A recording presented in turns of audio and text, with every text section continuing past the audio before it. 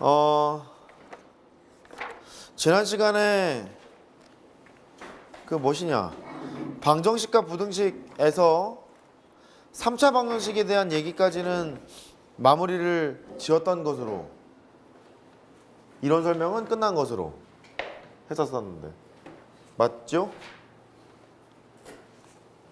눈빛이 변하고 있습니다. 숙제를 하느라 복습을 안 했다 이런 눈빛인가요? 교재 페이지로 보시면 106페이지였죠? 복습.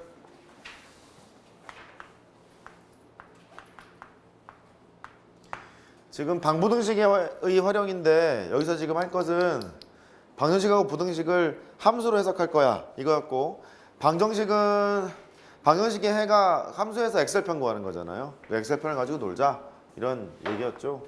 그래서 3차 방정식을 보면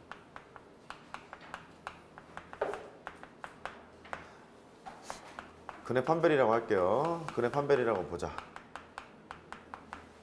공식적으로는 우리가 근해 공식을 배우지 않다 보니까 판별식 대용품으로 3차 함수의 개형을 가지고 놀아요. 그렇게 얘기했었죠. 두 가지로 나눴던 것 같아. 지원이가 교실을 몰라가지고 이거 헤매고 있어요. 안녕. 안녕. 챙겨줘, 나 지금 챙겨줘. 알았지? 안녕. 그랬구나. 책 줘야겠네.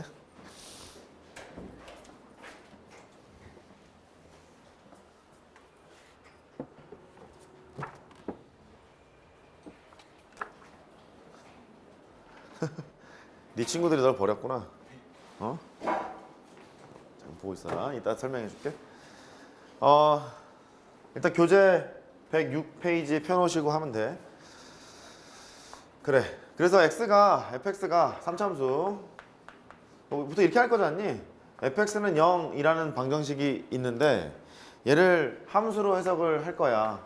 함수로 해석을 해서 함수 입장에서는 방정식의 해는 엑셀편을 구하는 거다 보니까 함수의 개형을 두 가지로 나눠서 생각을 했었죠. 첫 번째, 3차 함수 fx가 참나 그 값이 존재할 경우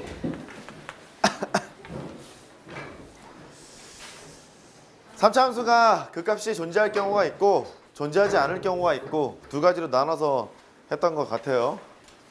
그렇죠? 갑자기 우르르 들어옵니다. 오, 빡셉니다. 그 값이 존재할 경우는 이랬었죠. 이렇게 있거나 아니면 뭐 저렇게 있거나. 그러니까 서로 다른 세시근을 갖는 경우라면 극대값이랑 극소값이랑 또 여기 극소값이랑 극대값이랑 부호가 달라요. 그랬었잖아요. 그렇죠?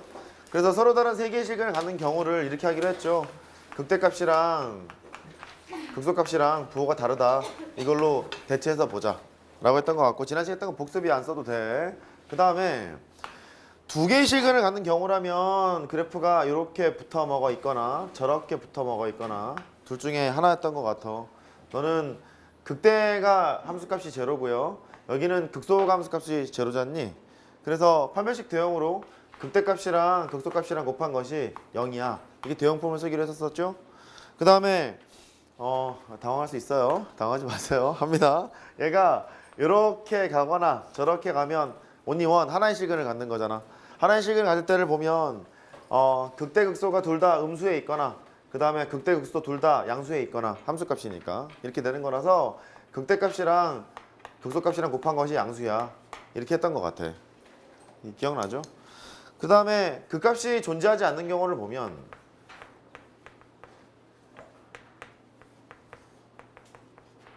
이런 식으로 생겼잖니. 갔다가 쉬었다 이렇게 가거나 아니면 갔다가 훅 올라가거나 이런 형태이기 때문에 어차피 실근은 only one, 하나밖에 없어요. 그랬었죠?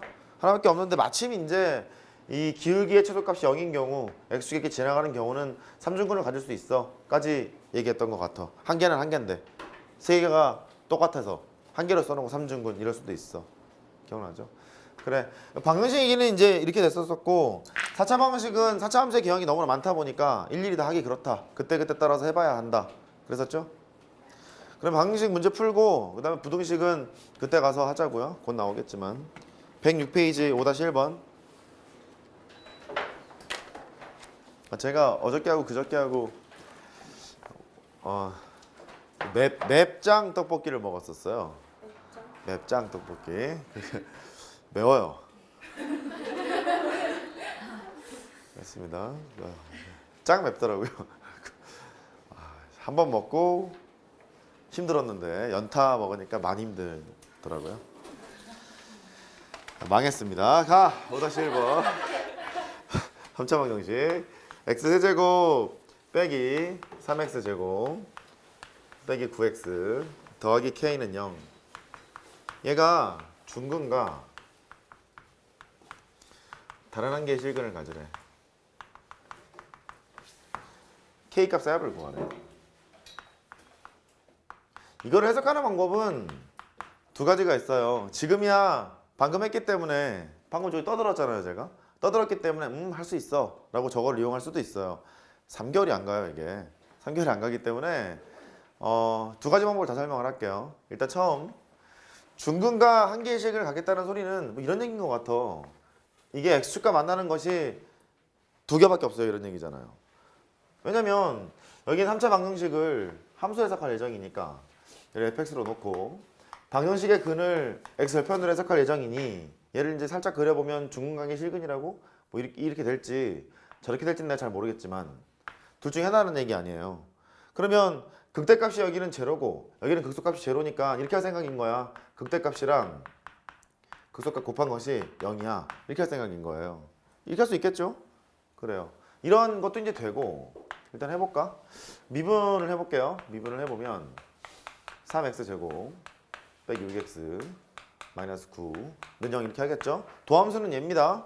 도함수는 얘인데 미분해서 0이 되는 x값을 찾기 위해서 3으로 나눠요. x제곱 마이너스 2x 마이너스 3은 0이 될 테고 그 다음에 x 빼기 3 x 더하기 1이 0이 될 테고 그래서 x값이 마이너스 1이거나 3이 돼요. 그러면 3차 함수의 개형은 다항함수는 우리가 개형을 알기 때문에 이렇게 그려놓고 여기가 x는 마이너스 1 여기가 3 이랬을 거 아니겠니?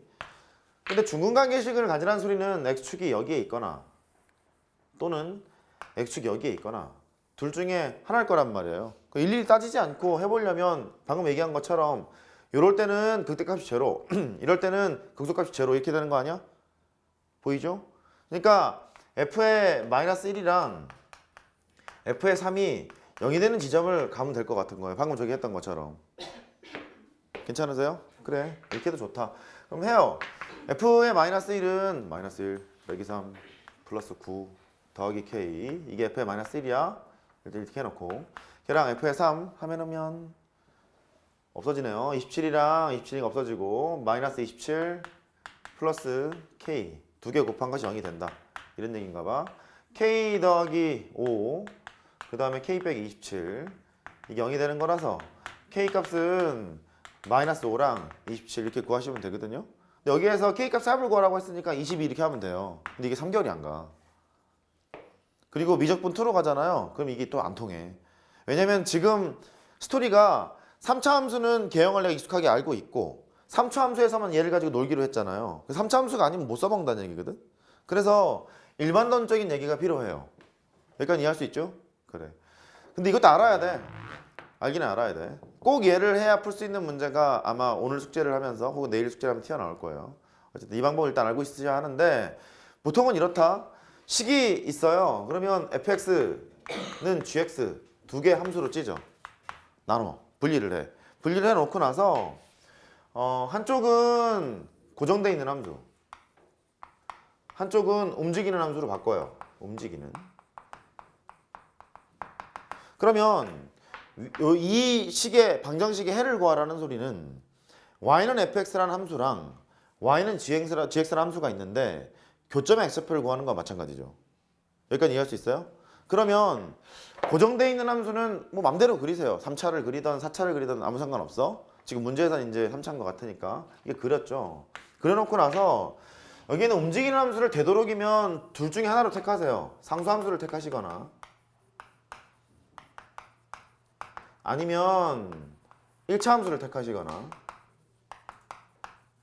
2차 함수 이상으로 가는 것도 있는데 참으세요. 그건 참고요. 둘 중에 하나로 택하세요. 예를 들어서 오른쪽에 있는 게 숫자 하나밖에 없지 않니? 가령 k라는 변수를 가진 상수함수를 택했다고 쳐봐. y는 fx는 3차 함수, y는 k는 상수함수. y는 k가 왔다리 갔다리 하지 않니? k의 범위에 따라서 실근의 개수가 다 정해져요. 얘가 이렇게 돼 있잖아. k가 일로 가면 실근 몇 개? 1개. 이렇게 가면 2개. 이렇게 가면 3개. 이렇게 가면 2개. 이렇게 가면 1개. 이렇게 될 거기 때문에 k의 범위에 다 구할 수가 있어요. 됐죠? 근데 얘가 1차 함수로에서도 할 수 있는 것이 이쪽이 이제 1차 함수래요. 뭐 직선이었대 얘가. 이렇게 1차 함수가 되면 접선을 기준으로 해야 되지 않을까요? 이렇게 접선을 기준으로 해서 너보다 y절편이 떨어지잖아. 그러면 여기 1개일걸? 이렇게 만나면 2개고 이렇게 하면은 3개고 이렇게 하면 2개고 올라가면 1개고 이럴 거란 말이에요. 그러니까 여기까지는 이제 할 수가 있어요. 1차 함수는 따라해봐. 접선. 다시 접선. 놀 수는 있는데 애지간하면 참으세요. 참으십시오. 참고 애지간하면 일로 가요. 일로 가시고 2차 함수로도 할 수 있는데 너무 어려워. 너무 어려우니까 포인트는 이렇다. 이렇게 방정식의 해 개수를 구하거나 아니면 근을 구하라 이런 말이 나오잖아요. 그러면 그래프로 해석한다. 따라해봐. 그래프로 해석한다. 이 이론은 미적 원익은 미적분 투근 지랄뽕 다 되는 거예요. 근데 얘는 3차 함수밖에 안 되는 거예요. 그러니까 두 개를 비교할 줄 알아야 돼. 된 거죠? 그래. 그럼 얘가 이제 해보자 이제. 저 방식으로 해보면 함수를 찔 줄 알아야 돼. 애초에 방정식이 있는데 얘를 두 개의 그래프로 보자는 거예요. 하나는 고정되는 함수, 하나는 움직이는 함수. 그러면 움직일 때 우선순위가 뭐에 있다고? 무슨 함수에 있다고? 상수함수에 있다고. 많이 봐줘야